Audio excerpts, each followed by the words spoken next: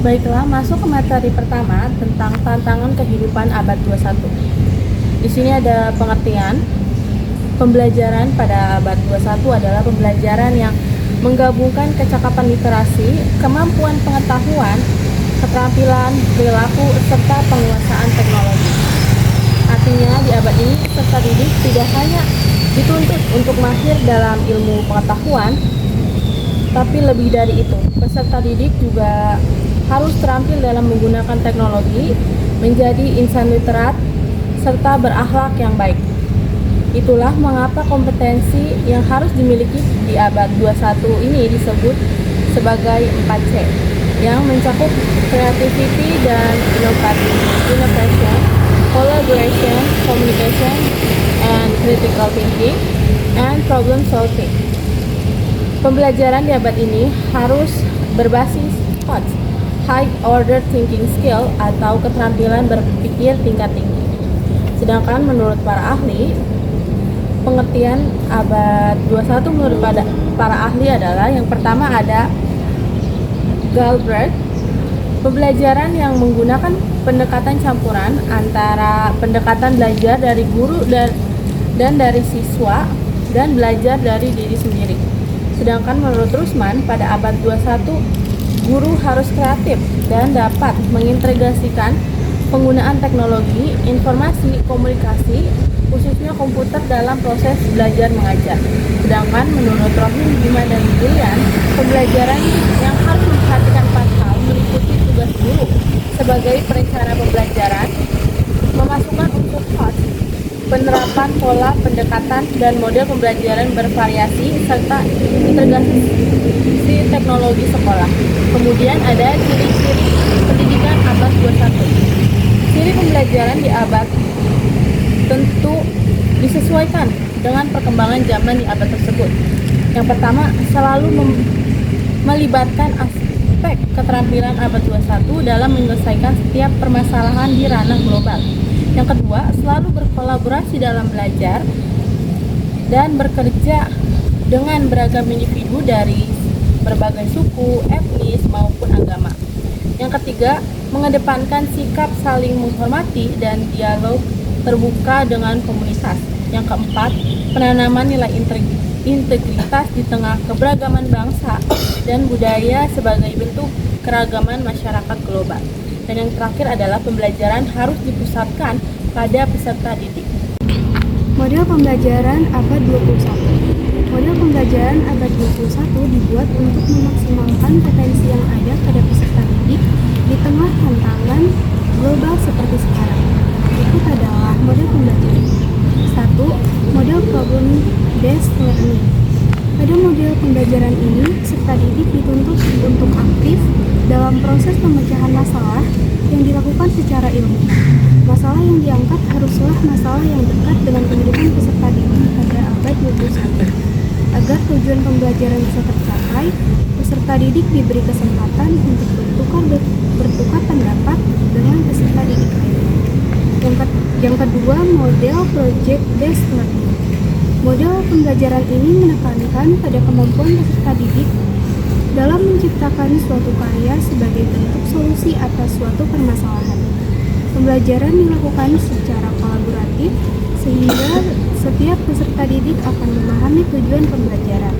Dengan demikian, guru dan peserta didik harus memahami pentingnya 4C dalam pembelajaran abad 21. Kemudian, keterampilan yang diperlukan di abad 21 dikenal dengan 4C, yaitu creativity atau kreativitas, critical thinking atau berpikir kritis, collaboration atau kolaborasi, dan communication atau komunikasi. Di era saat ini, pembelajaran adalah tentang kreativitas, kolaborasi, komunikasi, dan pemikiran kritis. 4C ini adalah landasan pendidikan modern yang diperlukan oleh semua peserta didik agar dapat berhasil di dalam masyarakat. 4C. 1. Kreatif. Kreatif dalam konsep 4C merupakan proses berpikir kreatif dalam mengeluarkan ide, gagasan atau inovasi baik, itu orisinil, baru yang unik, atau suatu pemecahan masalah. Kreativitas adalah tentang menjadi inovatif dan imajinatif. Ini melibatkan penggunaan teknologi baru dan memanfaatkan sumber inspirasi baru. Dalam kemampuan atau keterampilan kreatif, peserta didik dan tenaga pengajar dapat memanfaatkan kemajuan teknologi ketika berinovasi. Yang kedua, critical thinking. Berpikir kritis adalah menganalisis informasi dan membuat keputusan yang tepat yang melibatkan pengajuan pertanyaan, mempertimbangkan sudut pandang yang berbeda, dan berpikir kreatif. Yang ketiga, communication. Komunikasi adalah kemampuan untuk bertukar informasi dan ide dengan orang lain dengan cara yang jelas dan ringkas. Ini melibatkan penggunaan berbagai metode untuk berkomunikasi termasuk format lisan, tertulis, dan digital. Yang keempat adalah collaboration. Kolaborasi adalah kemampuan untuk bekerja dengan orang lain untuk mencapai tujuan bersama yang melibatkan penggunaan keterampilan kerja tim dan berbagai sumber daya. Metode pembelajaran abad ke-21. Yang pertama adalah SGD, Small Group Discussion. SGD adalah metode pembelajaran yang mengelompokkan peserta didik dalam grup-grup kecil berisi 4 hingga 6 orang. Hal ini bertujuan untuk melatih peserta didik agar saling bertukar ide, gagasannya, sehingga setiap peserta didik akan memperoleh pengetahuan dan pengalaman dari pembelajaran yang dilakukan. Yang kedua adalah RPL, Role Play and Simulation Learning.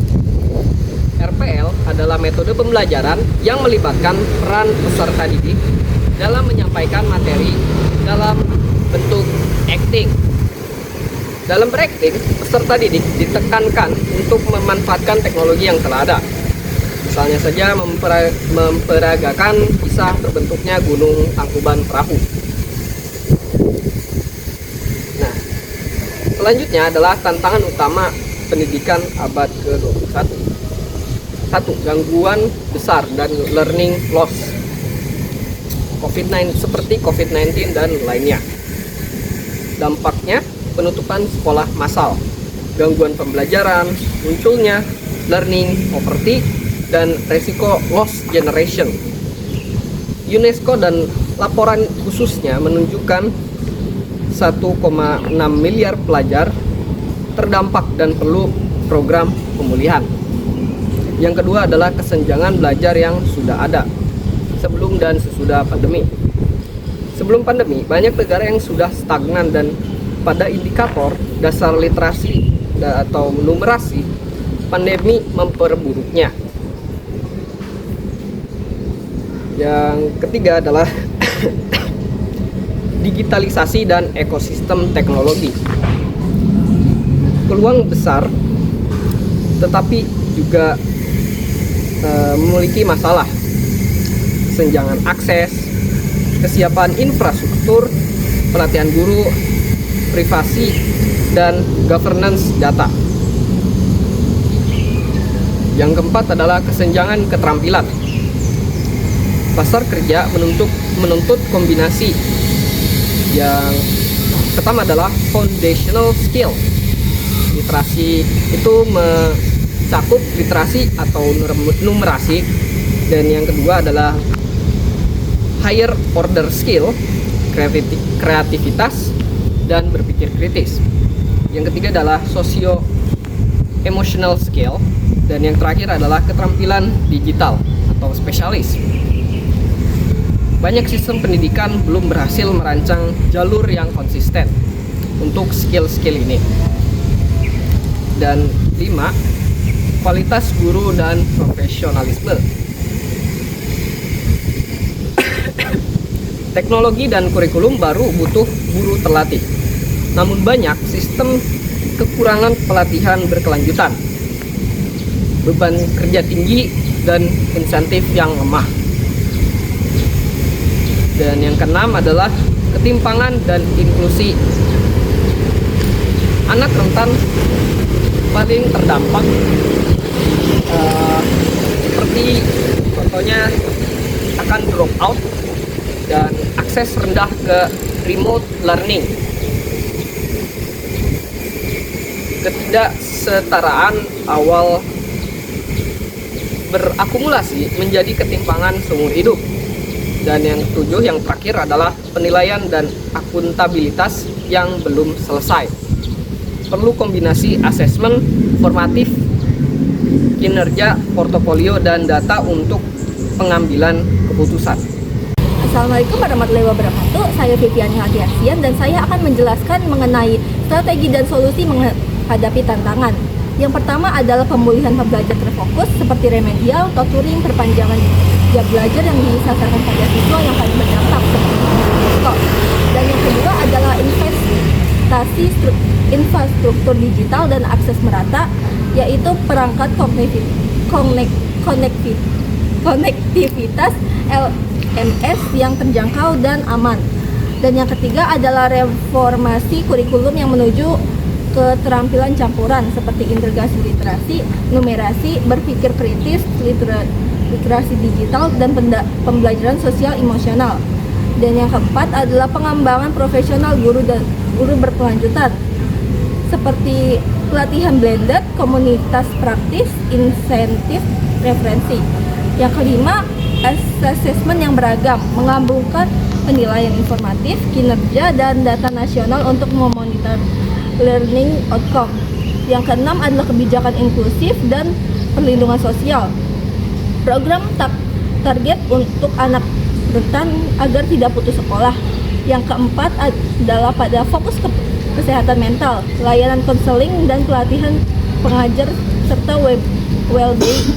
Dan yang ke-8 dan terakhir adalah government dan regulasi teknologi seperti kebijakan privasi, keamanan data, dan panduan penggunaan AI. Dan saya akan menjelaskan peran guru dan siswa dalam pendidikan abad 21. Pendidikan abad 21 menekankan pembelajaran aktif, kolaboratif, dan berbasis keterampilan hidup. Peran guru diantara lain adalah sebagai fasilitator, motivator, pembimbing, integrator teknologi, evaluator autentik. Menurut riset dari ResearchGate 2023, guru pada abad 2021 harus memiliki literasi digital, berpikir kritis, dan mampu menciptakan pembelajaran kolaborasi. Sementara peran siswa adalah sebagai siswa yang aktif, kreatif, mandiri, dan bertanggung jawab, berkolaboratif, dan berliterasi digital. Menurut Jurnal Universal Pendidikan Indonesia 2023, siswa yang aktif dan bertanggung jawab memiliki hasil belajar yang lebih tinggi karena merasa memiliki kontrol atas pembelajarannya. Guru dan siswa memiliki hubungan yang saling melengkapi, yaitu guru menciptakan suasana belajar yang terbuka, memotivasi dan membimbing, sementara siswa menjadi pusat kegiatan belajar, berpikir kreatif dan kritis. Tujuan akhirnya adalah untuk membentuk pembelajaran seumur hidup, lifelong learner yang siap menghadapi tantangan global dan teknologi.